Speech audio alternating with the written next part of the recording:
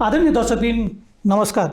गरिबका लागि न्याय कार्यक्रम लिएर म सदा चाहिँ विकल गिरी उपस्थित भइसकेको छु। आजको प्रसङ्ग अलिकति फरक छ दर्शकबिन। मैले आज बुटवल भैरवातिर चाहिँ एउटा गरिबले न्याय कसरी पाउँदो रहेछ या त्यहाँ चाहिँ न्यायालयप्रति चाहिँ कस्तो खालको अवस्थाहरू रहेछन् या के छ त न्यायमा भन्ने खालका प्रसङ्गहरू पनि आजको कार्यक्रममा ल्याउन खोजेको छु। हुन त सबै न्यायालयमा समान हुन्छ, न्याय सबैले पाउनुपर्छ, एउटा गरिबले न्याय पाउने एउटा धनीले न्याय पाउने भन्ने प्रसङ्ग त हुँदैन। यो प्रसङ्गमा मसँग हुनुहुन्छ कृष्ण प्रसाद पौडेल हुनुहुन्छ। मैले उहाँ अधिवक्ता हुनुहुन्छ, मैले उहाँलाई कार्यक्रममा स्वागत गरेँ। कृष्ण सर नमस्कार। नमस्कार। सन्चै हुनुहुन्छ? ठिक छ। के गर्दै हुनुहुन्छ अहिले? म आफ्नो कानुन व्यवसायिक पेसामा आबद्ध छु र म बुटवल भैरवा तौलिया उतैतिर काम गर्दैरहेछु कानुन व्यवसायको हिसाबले।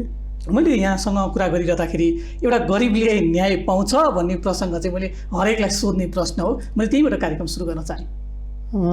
यो प्रश्नको उत्तर हामीले पाउँछ पाउँदैन भन्ने कुरामा भन्दा पनि हामी यसलाई अलिक फरक ढङ्गले हेर्नुपर्छ जस्तो लाग्छ। किन भन्दा गरिबले न्याय नपाउने या पाउने भन्ने कुरा अर्को विकल्प हामीसँग छैन।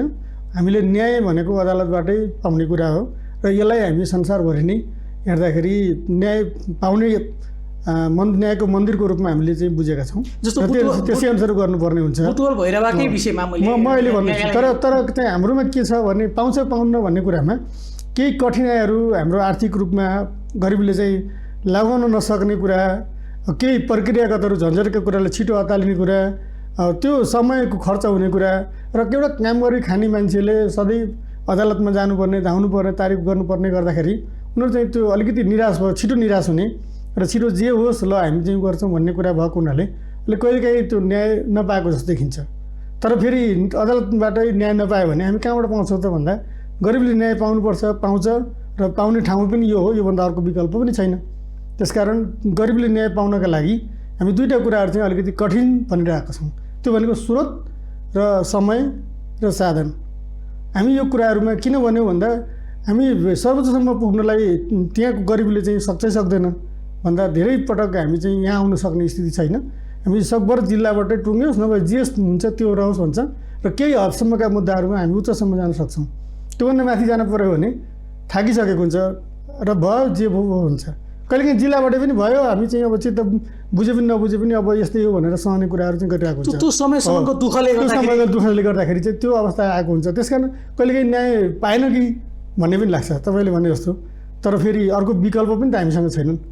फेरि न्यायालयबाट न्याय पाउने हो र गरिबले न्याय पाउने धेरै लाग्ने कारणले पनि त एक किसिमले भनौँ न जिल्लाकै कुरामा गर्दाखेरि पनि त 2 वर्षभन्दा बढी एउटै मुद्दालाई चाहिँ कुदिरहनु पर्ने, दाइरहनु पर्ने त्यो किसिमको परिस्थिति होइन। त्यो कारणले गर्दाखेरि पनि एउटा गरिबले 2 वर्षसम्म अदालतै मात्र आफ्नो सबै काम छोडेर जानुपर्ने, त्यहाँमाथि पनि अब अधिवक्ताको फीका कुराहरू आउलान् होइन, त्यहाँ विभिन्न कुराहरू आउलान्। यो बुटवल भैरवामा चाहिँ बढी लागु पदार्थका कुराहरू अलिकति बढी आइरहेको छ र मैले यो कुरा राखिरहँदाखेरि अलिक बढी धेरै चाहिँ अपराधीहरू चाहिँ त्यो केसमा चाहिँ बढी छन् भन्ने खालको कुराहरू आइरहेको छ होइन।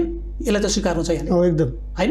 अब मलाई यो कुरा बताइनु, यो आरोप लागिरहँदाखेरि, यो आरोप आइरहँदाखेरि यहाँ भनिन्छ फेरि आरोपै नलागेका व्यक्तिहरू अर्थात् चाहिँ कारागारमा चाहिँ धेरै चाहिँ निर्दोष व्यक्तिहरू छन् भन्ने खालका कुराहरू पनि आइरहेको छ। यसलाई स्वीकार्नुहुन्छ? हो, यो कुरालाई पनि स्वीकार्नुहुन्छ। अब मलाई यो कुरामा क्लियर गरिदिनु त। मलाई यो के छ भन्नुहुन्छ भने लागुको मुद्दाहरू अहिले चाहिँ धेरै मुद्दाहरू भनेका 2-3वटा क्याटेगोरीमा छन्। एउटा फौजदारी मुद्दाहरूभित्र लागुको मुद्दाहरू बढी छ। अर्को त्यो भने सम्पत्तिको र हाम्रो सम्बन्धी विषयमा अलिकति बढेको छ अहिलेको परिपाटीमा। अब हामी पारिवारिक हिसाबमा यो लागु औषधलाई 2टा पाटोबाट हेर्नुपर्छ, एउटा कानुनी पाटोबाट र एउटा सामाजिक पाटोबाट भन्ने लाग्छ मलाई चाहिँ। किन भन्दा यो लागु औषधमा लाग्ने कुरा चाहिँ किन लाग्यो भन्ने कुरा पहिले खोज्नुपर्छ। यो संसारभरिको एउटा हो। लागु औषधमा लाग्ने कुराहरू चाहिँ हाम्रो देशमा मात्रै होइन, अरू देशमा पनि छ। तर हामीले चाहिँ के बुझेनौँ भन्दा लागु औषधमा चाहिँ किन लाग्छ भन्नेतिर हामी कहिले पनि खोजेनौँ। किन लाग्छ पहिले चाहिँ यसको जवाब चाहिँ हामी खोज्नुपर्ने हुन्छ के रहेछ होइन। अब यसमा चाहिँ हामी के भने एउटा चाहिँ हामी लागु औषधमा कोही मान्छे पऱ्यो भने हामी त्यसलाई ल्याउँछौँ र अभियोजन आउँदाखेरि सबैलाई हामी कारोबारी हो भनेर ल्याउँछौँ। ऊ सेवनकर्ता हुन्छ तर हामी कारोबारीको रूपमा मुद्दामा ल्याउँछौँ र उपरपक्षलाई थुनामा जान्छ। त्यसपछि हामी चाहिँ त्यसलाई देख्ने र त्यो कुरामा चाहिँ हामी अनुसन्धान गर्ने कुराहरूमा अनुसन्धान किन भयो र यो सोसियल हिसाबले यो चाहिँ कसरी लाग्यो, किन लाग्यो भन्ने कुरा हामी लाग्दैनौँ। अहिले हामी छानबिन हुँदैन, त्यो खालको चाहिँ अनुसन्धान गहिरो अनुसन्धान हुँदैन। हामी चाहिँ भेटियो भनेपछि त्यो भेटियो त्यसलाई चाहिँ हामी अब यो हिसाबले कानुनको रूपमा यसलाई कारवाही गर्नुपर्छ भन्ने मात्रै गयौँ। हामी दीर्घकालीन समस्याको समाधान त्योबाट हुन्छ कि हुँदैन भन्नेतिर कहिले पनि लागेनौँ र धेरै युवाहरू लागु औषधमा फसेको कुरा चाहिँ यहाँले पनि कुरा सत्य देखिन्छ। तर मैले किन त्यो भनिरहेको छु भन्दा किन फस्यो त भन्दा अहिले तपाईँले हेर्नु भने पारिवारिक रूपमा हामी एक्लोपनमा जाँदैछौँ। हामी नेपालीहरू चाहिँ हिजो सोसियल उसमा थियौँ, सोसियल्ली चाहिँ हामी चाहिँ धेरै कुराहरूमा हामी चाहिँ के भन्छौँ अरूहरूसँग बाँधिन्थ्यौँ। अहिले हामी चाहिँ मोबाइलसँग छौँ, हामी एक्लै बस्छौँ, परिवारबाट चाहिँ पैसा कमाउन हामी बाहिर गएको छ, छोराछोरीलाई समय दिएको छैन। दुःख चाहिँ हामी असाध्यै गरेका छौँ। अहिले पनि हामी पनि छोराछोरीको लागि दौडिरहेको छौँ, यो पनि होइन, र पनि हामी आफ्नो छोराछोरीलाई समय दिन सकेका छैनौँ। र उनीहरूलाई हामीले पढ्नेको बाहनामा हामीले चाहिँ के गर्यौँ भन्दा यो यति नम्बर ल्याउनुपर्छ, यो गर्नुपर्छ, 4 GPA ल्याउनुपर्छ, A+ ल्याउनुपर्छ भन्ने कुरामा प्रेसर दिन थाल्यौँ, अनावश्यक रूपमा प्रेसर दिन थाल्यौँ। र ऊ चाहिँ जति हामी प्रेसर दिन्छौँ त्यति उसले चाहिँ गाह्रो हुन्छ। जब म सक्दिनँ भन्ने लाग्छ अनि ऊ चाहिँ बाहिरपट्टि लाग्छ। मैले चाहिँ हेरेको 2-4वटा उसमा चाहिँ अनुसन्धान गर्दाखेरि मैले आफूले चाहिँ बुझेको कुरा चाहिँ म गाउँमा हेर्दाखेरि किन मान्छे लाग्छ भने हेर्नुभयो भने अहिले पनि हेर्नुभयो भने निजी विद्यालयमा पढेको विद्यार्थीहरू बढी लागेको देखेको छु मैले भेटाएको होइन। किन लाग्दो रहेछ भन्दा पढाइमा त्यहाँ पनि यो पढ यो घुँ गरेर गरेको हुन्छ अलिकति। त्यसपछि साँझ आएपछि फेरि उसलाई होमवर्कको टर्चर हुन्छ, फेरि घरबाट परिवारले चाहिँ ट्युसन गरेको हुन्छ र जसरी पनि पास गर्नुपर्छ जति पनि अझ समाजमा चाहिँ फलानुको यदि राम्रो मार्क्स आयो, फलानुको यो भयो, तैँले चाहिँ ल्याउन सक्ने, तैँले पढ्न सक्ने, अर्थात् कुनै व्यक्तिलाई देखाएर दोष देखाएर छोराछोरीलाई चाहिँ अलिक प्रेसर दिने खालको छ। अब हामी चाहिँ के भने जबरजस्ती रूपमा हामी त्यो मार्क्स ल्याउने कुरा गऱ्यौँ। कहिले पनि पढाइलाई हामी क्वालिटी के हो भन्ने कुराको मापन चाहिँ हामीले अहिले पनि गरेका छैनौँ होइन। शिक्षाभित्रको हामीले चाहिँ के हो त भन्दा हामी क्वालिटी के हो भन्ने कुरा अहिलेसम्म निर्चल गर्न सकेनौँ र गुणस्तरको कुरा गऱ्यौँ, अरू कुरा गऱ्यौँ। हामी A+ ल्याउनुपर्छ, A+ ल्याउनुपर्छ तर ल्याएर के गर्ने भन्ने कुरामा हामीले कहिले पनि गरेनौँ। त्यसको लाइफ सहज गर्नलाई हामी के पढ्ने र के गर्ने भन्ने कुराको चाहिँ गर्न सकेनौँ। हामी परिवारप्रतिको हाम्रो दायित्वको कुरा गर्न सकेनौँ। त्यस कारण चाहिँ यसलाई हामीले खालि हाम्रो एउटा व्यक्तिले मात्रै त्यसलाई फस्न लागि हाम्रो पनि भूमिका छ। मेरो बच्चा फस्यो भने मेरो पनि केही भूमिका छ कि छैन, या अरूको भूमिका छ कि छैन, साथीभाइको भूमिका छ कि छैन, त्यो कुरा त हामी कहिले पनि एनालाइसिस गरेनौँ। र हामी न्याय दिने बेलामा त्यो पनि हेर्नुपर्छ भन्ने लाग्छ। मैले एउटा अमेरिकाको तपाईँले सुन्नुभएको छ होला, एउटा चाहिँ चोरीको केसमा पाउरोटी चोरेर सजाय दिने बेलामा अदालतभित्र चाहिँ किन चोर्यो भन्दाखेरि माग्नु पर्थ्यो गर्नु पर्थ्यो भनेर न्यायाधीशले भन्दाखेरि उसले चाहिँ मैले त्यो पाइनँ, म माग्न पनि गएँ, मैले धेरैजनासँग सहयोग मागेँ, पसलमा पनि मैले मागेँ, नदिएपछि बाध्य भएर भोको पेटको लागि मागेँ भनेर भनेको छ नि त। भन्दा त्यो सोसाइटीले सहयोग गरे भए होइन, त्यो उसले चाहिँ पसलकोले सहयोग गरिदिए भए ऊ चोर्ने जाने थिएन। भनेको मतलब के हो भने सोसाइटीले हामीले चाहिँ त्यसलाई सहज रूपमा स्वीकार गर्नु। थुप्रै मान्छेहरू लागुसम्म लागेका मान्छेहरू सुध्रेका मान्छे पनि छन्। हामी त्यो सुध्रेको कुरालाई कसरी सुध्रियो भनेर हामीले हेरेनौँ, तर बिग्रेको हामीले थुनेर मात्रै सुध्रिन्छ भन्ने कुरामा हामी लाग्यौँ। यो निर्दोष चाहिँ किन परिरहेका छन् भन्ने खालको प्रसङ्गमा निर्दोषै चाहिँ मैले टोटल्ली भन्दिनँ। मैले निर्दोषै गरेँ, तर के हो भने हामी सजाय बढी गऱ्यौँ कि भन्ने चाहिँ मैले भन्छु।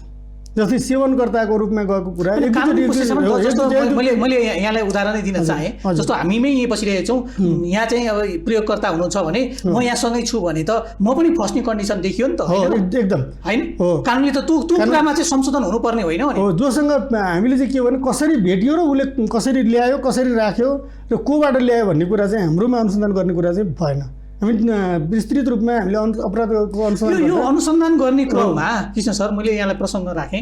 जस्तो नेपाल प्रहरीको पनि त ठुलो भूमिका हुनु पर्यो नि, सुरुको पाटो त त्यही होला होइन। ठुलो भूमिका भनेको त न्याय दिने भूमिका नै प्रहरीको हुन्छ, अनुसन्धान अधिकारीको हुन्छ, प्रहरीको अनुसन्धान आयोजनकर्ताको हुन्छ। प्रहरीको अनुसन्धान गर्ने चाहिँ जुन नियम छ, जुन सिस्टम छ, त्यो नै कमजोर भएर हो यो अवस्थाको एकदम। कि उहाँहरूको त्यो सिस्टम पुरानो भएको हो के भन्नु? पुरानो पनि हामी पुरानो सिस्टममा पनि छौँ र अलिकति हामी चाहिँ अहिले तपाईँले हेर्नुभयो भने जस्तै के छ भने एउटा व्यक्तिले थुनामा पर्दा बित्तिकै हामी अलिकति धनी सम्पन्न छ, हामी गरिबको अघि कुरा गरिरहेको छौँ, पैसा भयो भने हामी म्याथपमै बुढामा पनि कारागारमा पनि भेट्न जाने, अदालतमा पनि भेट्न जाने, म्याथपमा बहस गर्न जाने। हामी चाहिँ प्रहरीको कस्टडीमा रहेको बेलामा पनि, हिरासतमा रहेको बेलामा पनि हामी गएर उसलाई भेट्ने कानुनी सल्लाह दिने गर्छौँ। तर हामी सामान्य गरिब मान्छेहरू जुन फस्छ त्यसमा चाहिँ हामी गएका छौँ त? त्यहाँनिर हामी गएका छैनौँ। हामी सहज रूपमा प्रहरीले भेट्न दिएको छ त? त्यो पनि छैन। हामीले चाहिँ त्यहाँ गएर बसेर उसलाई एक्लै रूपमा काउन्सिलिङ गर्ने र यो कसरी भयो भनेर हेर्ने ठाउँहरू छन् त प्रहरी कस्टडीभित्र? त्यो पनि छैन।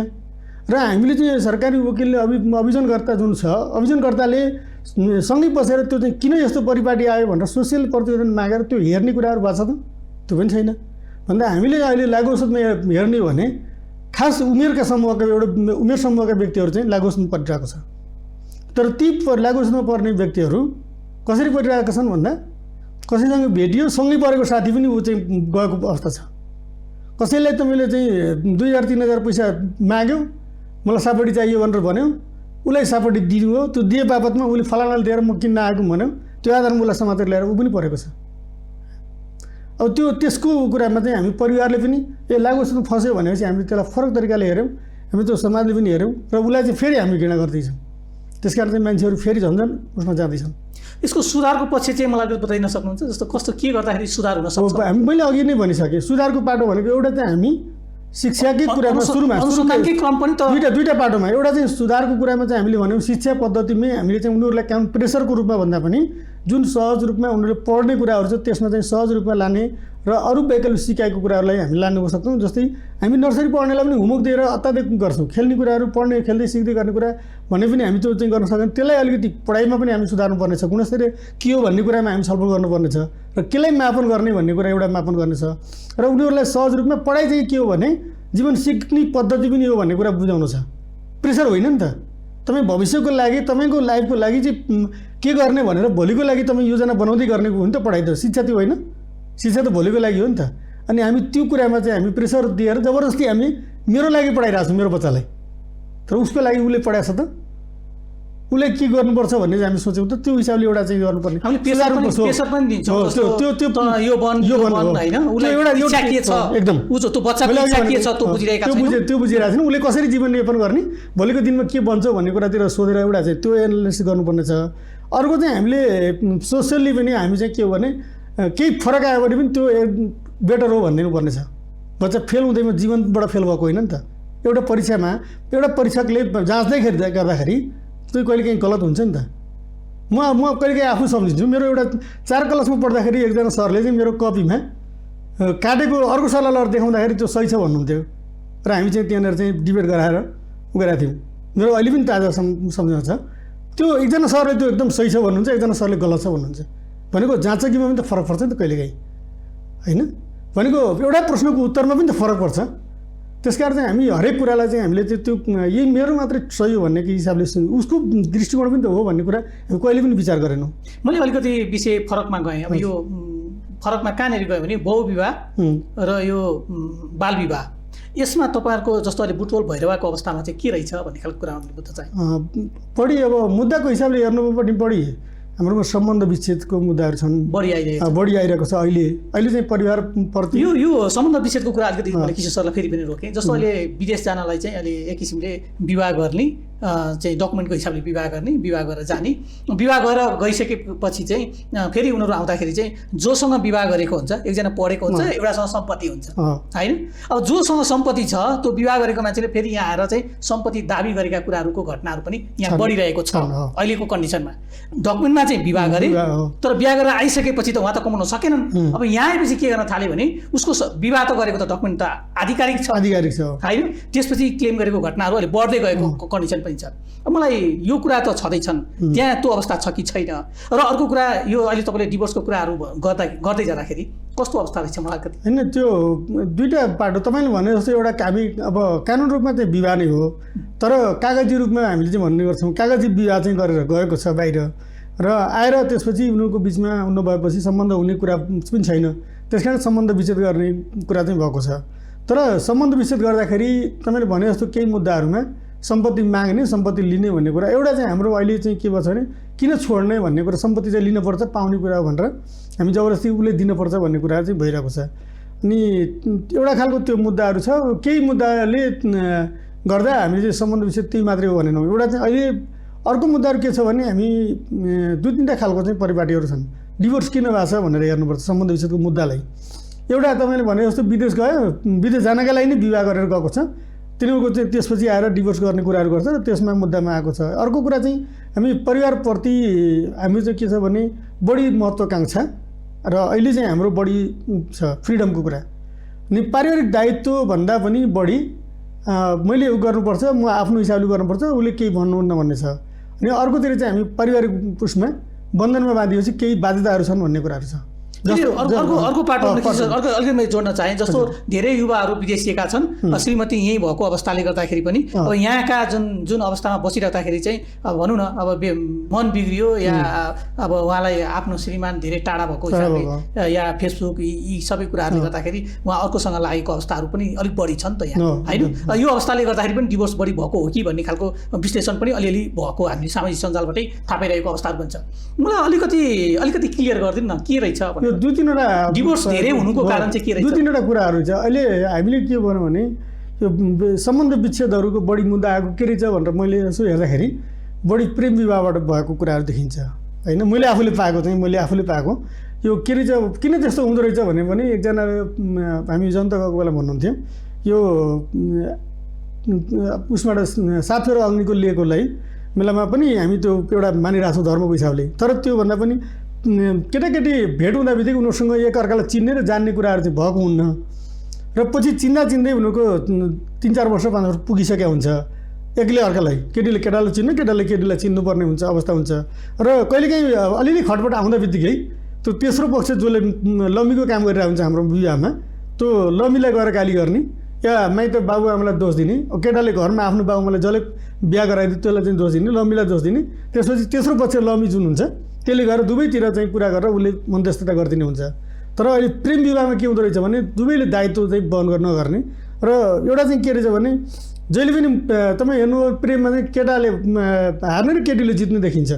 जस्तो कि कहीँ फेरि मेरो जाम यो गरौँ त्यो गरौँ भन्यो भने त्यो उसले मानेको यहाँ आऊ भनेपछि तुरुन्त यहाँ लिन आऊ भने चाहिँ गएको त्यो अवस्था देखिन्छ भने पछि चाहिँ परिवारभित्र गएपछि उसले त्यो कुरामा हिचकिचाएको देखिन्छ। उसले भन्दा बित्तिकै सहज रूपमा उसले मान्ने अरू कुराहरू गर्दैन अनि त्यो उसले चाहिँ दाइले गरेको भाइले अर्कोले फरक गरेको अनि उसले गरेको व्यवहारहरू देखेको हुन्छ। अनि उसलाई के लाग्छ भने हिजो चाहिँ मैले भनेको मान्थ्यो, अहिले चाहिँ मैले भने मान्न छोड्यो भन्ने कुरा हुन्छ। अनि त्यो कारणले चाहिँ उसले सट्ट निस्किन सक्दैन।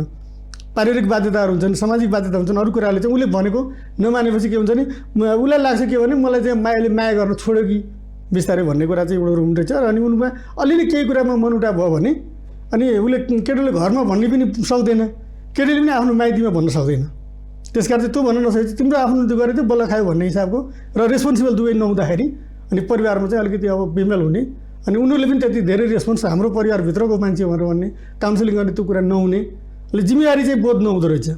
त्यसरी चाहिँ सम्बन्ध विषयको कुरा हुन्छ अहिले देखेको होइन। खालि बाहिर गएको कारणले मात्रै त्यो केही पाटो त्यो पनि छ भने अर्को प्रेम विवाहबाट आएको पाटो पनि छ। त्यसपछि अहिलेको प्रसङ्गमा हामीले तीनटा कुरा निकाल्यौँ। एउटा कुरा निकाल्यौँ हामीले जुन अब जस्तो परिवारभित्रकै सदस्यहरूलाई पनि बिहा गरेर पठाइएको अवस्था छ। जस्तो नाताभित्रकै मान्छेहरूलाई पनि बिहा गरेर यिनीहरू बाहिर पठाइदिउँ, आई डकुमेन्टमा बिहा गर्ने त हो नि भन्ने कुराहरू एउटा पाटो आएको छ। अर्को पाटो कस्तो छ भने अहिले तपाईँले भन्नुभयो प्रेम विवाहको कुरा आयो र अर्को पाटो आयो युवाहरू विदेशीको अवस्थाहरू आयो। मैले यो विषयलाई अलिकति फेरि अर्को सब्जेक्टमा गएँ। जस्तो अहिले न्यायालयलाई हेर्ने दृष्टिकोण होइन, जस्तो माइती घरमा बसेर चाहिँ आन्दोलन गर्दैमा न्याय पाउनुपर्ने होइन, आफूले चाहिँ न्यायका लागि लडिँदाखेरि कुनै न्यायाधीशले चाहिँ त्यो बहस गर्दाखेरि चाहिँ उहाँको पक्षमा भएन भने चाहिँ त्यो न्यायाधीश चाहिँ खराब भन्ने खालका कुराहरू सामाजिक सञ्जालमा आउने होइन।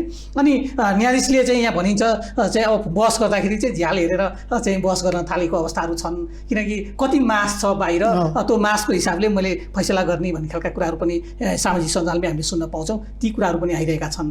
अब न्यायालयमा भित्रमै जुन किसिमको अहिले समस्याका कुराहरू अहिले हामीले भर्खर पनि केही कुराहरू देखिरहेका छौँ। अहिले यो न्यायालयले एक किसिमले गर्यो, एकजना व्यक्तिलाई चाहिँ कारागार पठाइयो, यी खालका कुराहरू पनि आइरहेका छन्।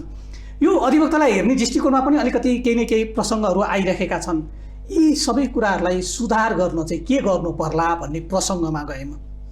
अहिले चाहिँ यो हामी दुईवटा कुराहरू चाहिँ हेर्नुपर्ने हुन्छ। यो न्यायालयप्रतिको किन परार भइरहेछ बढी भन्ने कुरामा एउटा सबैभन्दा पहिला हाम्रो चाहिँ राज्य व्यवस्थाभित्र सबैभन्दा कमजोर पार्ने खोजियो भने न्यायालयले प्रभाव पारियो भने त्यसपछि चाहिँ सबै कुराहरूको अस्थिरता पैदा हुन्छ भन्ने कुरा चाहिँ देखिन्छ। हिजोको अवस्थामा हामी सरकार परिवर्तन हुँदा पनि न्यायालयभित्र प्रभाव थिएन। हिजो भएका निर्णयहरूलाई हामी सहस्र रूपमा स्वीकार्थ्यौँ। राजाकै पालामा पनि कतिपय कुराहरू राजाकै विरुद्धमा भएका निर्णयहरूलाई पनि त्यो रूपमा अदालतले गरेको निर्णय भनेर भनिएको थियौँ र बरु के थियो भने फेरि पुनरावलोकनको लागि पठाउने या अरू गर्ने कुराहरू थियो। तर अहिले हामीले चाहिँ के भयो भने हामी अलिकति नकारात्मकतिर बढी गयौँ कि भन्ने लाग्छ। मैले सामाजिक सञ्जालहरू हेर्दाखेरि, कमेन्टहरू हेर्दाखेरि हामी धेरै बौद्धिक मान्छेहरूको प्रोफाइल हेर्छु। मैले कमेन्ट हेरेपछि कहिलेकाहीँ उसको प्रोफाइल हेर्छु। प्रोफाइल हेर्दा एकदम हाई प्रोफाइल जस्तो देखिन्छ, तर शब्दहरू चाहिँ तुच्छ शब्दहरू हुन्छन्। हरेक मान्छेलाई मैले के भन्छु भने न्यायालयभित्र हुने कुराहरू मात्रै होइन, तपाईँले र मैले सोच्ने कुरा पनि अहिले हामी सँगै छौँ। सोच्ने कुराहरू र सोच्ने ढङ्गहरू, प्रक्रियाहरू हामी फरक पाटोबाट उठ्छौँ। हामी जस्तो संस्कार, जस्तो संस्कृतिबाट हुर्केर आउँछौँ त्यही खालको सोचाइहरू हुन्छ। हामी हरेक कुराहरूलाई फरक तरिकाले हेर्छौँ र म हिजो अस्ति हेर्ने र आज हेर्ने मेरो आफ्नै सोचाइमा पनि आमूल परिवर्तन भएको छ। भनेको सोचाइमा परिवर्तन हुँदै जान्छ विस्तृत रूपमा। हिजो हामीले गरेका कुराहरूलाई अब अहिले चाहिँ किन यस्तो भइरहेछ भनेर भने 2-3टा पाटाहरू हेर्नुपर्ने हुन्छ। एउटा अदालतप्रति हाम्रो बितिन किन भयो भन्ने कुरामा हिजो पनि न्याय ढिलै हुन्थ्यो, तर अहिले न्यायलाई हामी छिटो छरितो अलि युग अनुसारको हुनुपर्छ। हिजो 10-20 वर्ष लाग्यो, त्यो कुरा चाहिँ हुनु हुँदैन। अबको पालिमा चाहिँ अलि छिटो न्याय पाउनुपर्छ भन्ने कुरामा सबै लागेको छ। अदालतमा पनि अहिले हेर्नुभयो भने अलि 2 वर्षभित्र मुद्दा टुङ्गाइसक्नुपर्छ भन्छ। हिजो 4-5 वर्षसम्म मुद्दा लागिरहेको थियो, हामी आफै पनि लडिरहेको थियौँ। अहिले जिल्लामा चाहिँ 2 वर्षभन्दा पुरानो मुद्दाहरू धेरै छैनन्। अब त्यो छिटो गर्नुपर्छ भन्ने छ, तर के साँच्चै छिटो गर्दैमा फेरि हामीले चाहिँ न्याय दिएका छौँ त? फैसला चाहिँ अहिले हामीले चाहिँ अदालतबाट के भयो भने फैसला छिटो गर्नुपर्छ भन्ने मामलामा हामी सङ्ख्यात्मक रूपमा यति मुद्दाहरू भ्याउनुपर्छ भनेर लाग्यौँ, तर त्यो गुणात्मक रूपमा मुद्दाको परिस्थिति हो कि होइन भन्नेतिर लागेनौँ। गुणात्मक ल्याउने कुरामा हामी लाग्नु त त्यो कुराको अनुगमन फेरि पनि हुनुपर्छ भन्ने लाग्छ। सङ्ख्यासँगै गुणात्मकता पनि एउटा जानुपर्छ। मैले अघिको हजुरको कुरामा म गर्दैछु। एउटा चाहिँ त्यो छ भने अर्कोतिर हामी कानुन व्यवसायहरू पनि के हो भन्दा राजनीतिक रूपमा फरक पाटोमा छौँ, फरक आस्थामा छौँ र त्यही फरक पाटोबाट भएको कुरालाई न्यायमा, कानुनमा हामी फरक पाटोमा जानु हुन्थेन। हामी चाहिँ राज्यको व्यवस्था, नीति र कार्यक्रमहरूमा मात्रै हामी फरक हुनुपर्थ्यो। अदालतमा गर्ने कुराहरूमा हाम्रो एउटै धारणा हुनुपर्थ्यो, तर त्यो अहिले हुन सकेन। र हिजो हामीले गरेका केही व्यवहारहरूले, केही हाम्राहरूले चाहिँ हाम्रो समग्र कानुन व्यवसायलाई नै हामीले चाहिँ अलिकति फरक गरेका छौँ। यो अर्को कुरा चाहिँ के भन्छ भने मैले अघि भने हामीले आफ्नो हिसाबले आफ्नो पक्षमा बहस गरेनौँ भने अर्को कानुन व्यवसायलाई हामीले गाली गर्ने चाहिँ सिस्टम सुरु भएको छ। हामी कतिपय कुराहरू चाहिँ हामी कानुन व्यवसायहरूले पनि बिगारेका छौँ। के भने हामी के सबै मुद्दाहरूमा हामीले त्यो पक्षमा भएका कुराहरूलाई हामी बाहिर ल्याएर गरेका छौँ त भन्दा कतिपय मुद्दाहरू हामी हेरिरहेको छौँ। सञ्जालमा आएर चाहिँ बहस गर्ने, सञ्जालमै आएर चाहिँ यो मुद्दाको चाहिँ प्रमाण जुटाउने, सञ्जालमै आएर चाहिँ हामी त्यो कुराको चाहिँ यस्तो हुनुपर्छ भन्ने कुराहरू गरिरहेका छौँ। हामीले त्यो खोजेको न्यायिक प्रणाली त्यही हो त। अनि हामीले गरेको कुराहरूले न्यायाधीश बन्ने आफै खोज्ने र आफैले फैसला गर्न खोज्ने यो हुनुपर्छ भनेर भन्ने, कुनै व्यक्तिलाई यो निर्दोष वा दोषी भन्ने कुरा हामी सञ्जालबाट हामी चाहिँ प्रमाणित गरिरहेका छौँ होइन, सामाजिक सञ्जालबाटै। अनि यो निर्दोष हुनुपर्छ भनेर हामी बयान गरिरहेको छौँ र हामीले चाहिँ बहस गरिरहेको छौँ। एउटा कानुन व्यवसाय हो भने के हामी साँच्चै हामीले चाहिँ त्यो बहस सञ्जालमा यो निर्दोष हुनुपर्छ, छोड्नुपर्छ भनेर भन्न मिल्छ? हामी कतिपय कुराहरू भएका कुराहरूलाई कानुनी रूपमा हुने फैसलाहरूलाई हामी माथिल्लो तहसम्म जान सक्छौँ नि त, तर त्यहाँबाट भएन भने हामी त्यसको विकल्प के हो त भन्ने कुरामा जान सक्छौँ नि त। तर हामी अहिले के गरिरहेछौँ भने सामान्य थुनछेकमा जाँदाखेरि पनि हामी त्यो कुरालाई गरिरहेछौँ। यो कुरा हाम्रो पक्षमा भयो भने ठिक, हाम्रो पक्षमा भएन भने बेठिक भनेर कि सबै हामीले भने जस्तो भने जस्तो फेरि प्रसङ्ग ल्याएँ। यहाँ केही कुराहरू सामाजिक सञ्जालमै आएको कुराहरू पनि मैले तपाईँलाई राख्न चाहेँ। जस्तो कुनै न्यायाधीशले फैसला गरेको कुरामा न्यायाधीशलाई नै सौरा भएको कुराहरू पनि त आएको छ नि, छैन? हो, हामी चाहिँ किन त्यो गऱ्यौँ भन्ने कुरामा त्यही त मैले भनेको म्याद थप्ने कुराहरूमा आएको कुरालाई तपाईँले हेर्नु। सौरा गरेको कुरा चाहिँ काठमाडौँकै गर्नुभएको थियो चौधरीको उसमा होइन। त्यो आदेश चाहिँ के गलत थियो? हामीले भनेको त के भने सबैलाई त्यो हुनुपर्थ्यो भन्ने हो होइन।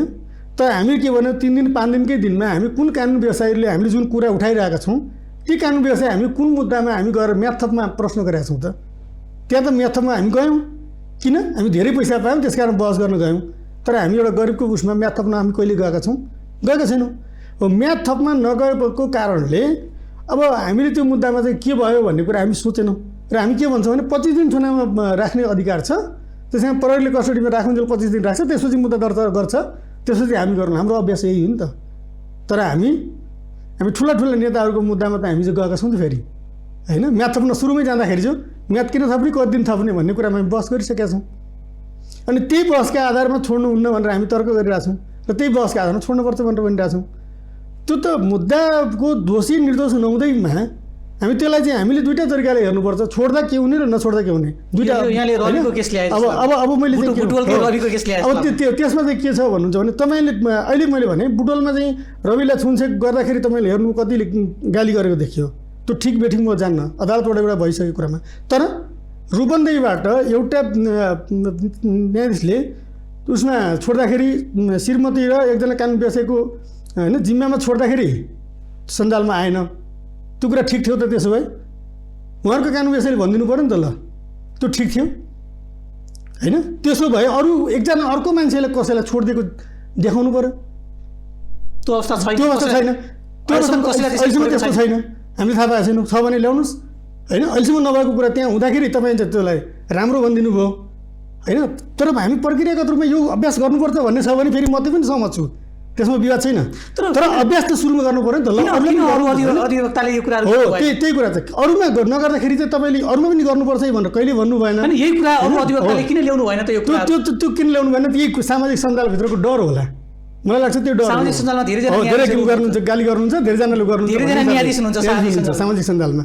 के तपाईँले साँच्चै सोच्नु भएको छ यो? अब मैले एकजना विद्वानहरूको धेरै विद्वान लाग्थ्यो मलाई होइन, हाम्रो विद्वानहरूले पनि के भन्नुहुन्छ, कपी पेस्ट आयो भन्नुहुन्छ। कपी पेस्ट आफ्नो उसको मुद्दामा ल्याएको कपी पेस्ट हुन्छ कि अर्काको कपी पेस्ट हुन्छ? चलन छ नि, हामी पनि कानुन व्यवसाय हौ होइन। सर म यो कुरालाई अलिकति क्लियर पार्न चाहन्छु यहाँलाई। जस्तो यहाँ के चलन छ भने, जस्तो यहाँले लेखेको मुद्दा यहाँलाई थाहा नै हुँदैन, मानौँ एउटा डिभोर्सकै मुद्दा छ, यहाँले कुनै मुद्दा लेख्नु भएको छ, त्यो 4 वर्षको केही शब्द 4 वर्ष भन्ने शब्द छ, अब यो 3 वर्षको केस अर्को शब्द छ भने त्यो 4 वर्ष नै आउन बेर लाग्दैन, किनभने यहाँले जे लेखेको त्यो मुद्दा अर्को अधिवक्ताले कपी पेस्ट गरेर होइन, उस्तै पर पनि त्यहाँ 2-4 जना आफन्तको नाम पनि यहाँको अर्को साक्षीको अर्को जे थियो त्यो हुनसक्छ। यो कपी पेस्टवाला त चलन त धेरै पुरानै हो है। यो शब्द मैले यहाँ बोल्न हुन्थ्यो हुँदैन थियो होइन, यो मुद्दामा तपाईँको त्यो सिस्टम त छ नि होइन। तपाईँले भनेको कुरामा मेरो क्यानर हो भने आफ्नोमा कपी पेस्ट भन्ने हुँदैन होइन।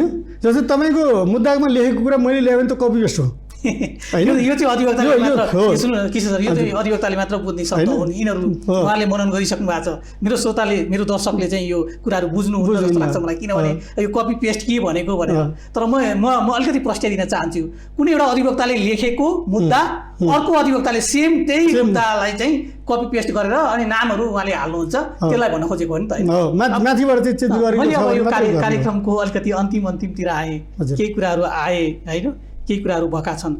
मलाई यो प्रश्न चाहिँ यसले सोधेको भए हुन्थ्यो, या यो प्रश्न चाहिँ मलाई राख्न दिएको भए हुन्थ्यो, या यो कार्यक्रममा चाहिँ मलाई यो प्रश्न राखेको भए म यो कुरा राख्थेँ भन्ने खालका केही कुराहरू मैले छुटाएँ यहाँलाई होइन। सबै आएको छ। हामी चाहिँ के भन्न छौँ भने यो तपाईँको कार्यक्रम गरिबको लागि न्याय अनि धेरै कुराहरूमा तपाईँले पनि एकदम राम्रो कुराहरू ल्याउनु भएको छ। तर अहिले चाहिँ हामीले के भने कानुन व्यवसायीलाई मैले सञ्जालमा हेर्दा धेरैजना साथीहरू एकदम विद्वान मैले अघि भने ले पनि गाली गरेको देखिन्छ होइन। र हाम्रो के भने 1-2 जना व्यक्तिहरूलाई हेरेर, काठमाडौँको 1-2 जना व्यक्तिहरूलाई हेरेर हामी समग्रतामा कानुन व्यवसायहरू यस्तै हुन् भनेर भनेको छौँ। जुनसुकै पेसा व्यवसायमा मान्छेहरूको फरक धारणा र फरक कार्यशैली हुन्छ। हामी भनिरहेछौँ हामीले गरेको लागि थुप्रै काम गरेका छौँ र फेरि पनि गर्छौँ, र हामीले तपाईँले भनेको सिफारिस गरेका मान्छेहरूको पनि हामी फ्रीमा काम गरेका छौँ। र त्यस्तो उदाहरणहरू हामीसँग प्रशस्तै तपाईँ अरू आउनुभयो भने हामी बताउँछौँ। कानुन व्यवसाय बिना अदालतमा न्याय पनि सम्भव छैन, र अदालतभित्रको न्यायको लागि कानुन व्यवसाय र अदालतको श्रीमानहरूको कुरा र त्यहाँको कर्मचारी सबैको कुराहरू चाहिँ एकमत रूपमा काम नगर्दासम्म न्याय पाउने कुरा छैन, र न्याय नपायो भने अर्को विकल्प पनि छैन फेरि। हामी त्यस कारण चाहिँ हामीले मैले भनिरहेको के भने समग्रतामा मैले कहिले हेर्छु कालाकोटले के गर्ने भनेर एकजना कानुन व्यवसायीले बहस गरेकै आधारमा अस्ति पनि हामीले हेऱ्यौँ थुप्रै गालीहरू गरेको देखिन्छ। विपक्षमा बहस गर्दैमा हामी कानुन व्यवसायीले अर्कोलाई गाली गरिरहेको छ। होइन, अहिले धेरै सुधार भएको अवस्था छ, पहिलेभन्दा धेरै सुधार भएको अवस्था छ। धेरैजना अधिवक्ताहरू यही कार्यक्रम हाम्रै गरिबका लागि न्याय कार्यक्रममा धेरैजना अधिवक्ताले के भन्नुहुन्छ भने समस्या छन्, कुनै गरिबै छन् भने हामीलाई भनिदिनु, हामी गर्छौँ, सहयोग गर्न तयार छौँ भनेर। यहाँले पनि धेरैवटा कामहरू हाम्रो लागि हामीले नै अनुरोध गर्दाखेरि कतिपयले चाहिँ सेवा पाएको अवस्था यहाँबाट पनि छ, यो हामीले मनन गरेका छौँ। यो कार्यक्रममा धेरैजना अधिवक्ताहरूले सहयोग गर्नुभएको अवस्थाहरू पनि छ गरिबका लागि। यदि यही कार्यक्रम अरू पनि दर्शकहरूले हेरिरहनु भएको छ र उहाँलाई पैसा नै नभएको कारणले चाहिँ अदालतमा जानलाई उहाँलाई गाह्रो छ भने हामीले निःशुल्क परामर्श दिन निःशुल्क कार्य गर्नलाई धेरैजना अधिवक्ताले काम गर्न तयार छु है भनेको अवस्थाहरू पनि छन्, जुन यहाँले पनि अघि भनिहाल्नुभयो। यहाँ पनि अहिले तयारी हुनुहुन्छ होइन, र गरिरहनु तयार छौँ, गरिरहेको छौँ, गरिरहनुपर्छ। हाम्रै कार्यक्रम मात्र होइन, यहाँले त व्यक्तिगत रूपमा पनि धेरैजना गरिरहेको अवस्थाहरू पनि छन् होइन। के गलत बोलेँ मैले? होइन, एकदम छ। मैले तपाईँलाई भने आउनुहुन्छ भने हामी देखाउँछौँ को भनेर होइन। यो भन्दै मैले कार्यक्रमबाट यहाँबाट बिदा लिन खोजेँ कि सर बुटवल भैरवादेखि यो गरिबका लागि न्याय कार्यक्रममा चाहिँ यहाँ आएर आफ्नो विचार राखिदिनु भयो। यहाँलाई धेरै धेरै धन्यवाद। हजुरले पनि मौका दिनुभएकोमा हजुरलाई धन्यवाद छ। यहाँ धेरै कुराहरू आए, जस्तो आरोपका कुराहरू आए, प्रसङ्गका कुराहरू आए। तर यहाँ के छ भने दर्शकबिन कुनै कुराहरू हामी आफै न्यायाधीश हुने कोसिस गरिरहेको अवस्थाहरू पनि सामाजिक सञ्जालमा छन्। जुन कुरा गर्न हुँदैन भन्ने छ भने पनि त्यो कुरामा हामी न्यायाधीश भएर होइन यसो गर्नुपर्छ भनेर हामीले म्यासेजहरूमा धेरै कुराहरू लेख्ने गर्छौँ। तर न्यायालयले गरेका कुराहरूमा धेरै कुराहरू फरक हुन सक्छन्। त्यहाँ न्यायालयले चिना हेर्ने होइन, न्यायालयले प्रमाण हेर्ने हो दर्शकबिन। यो भन्दै आज गरिबका लागि न्याय कार्य कस्तो लाग्छ प्रतिक्रिया दिनुहोला मलाई र मेरो सम्पूर्ण टिमलाई बिदा दिनुहोला। नमस्कार।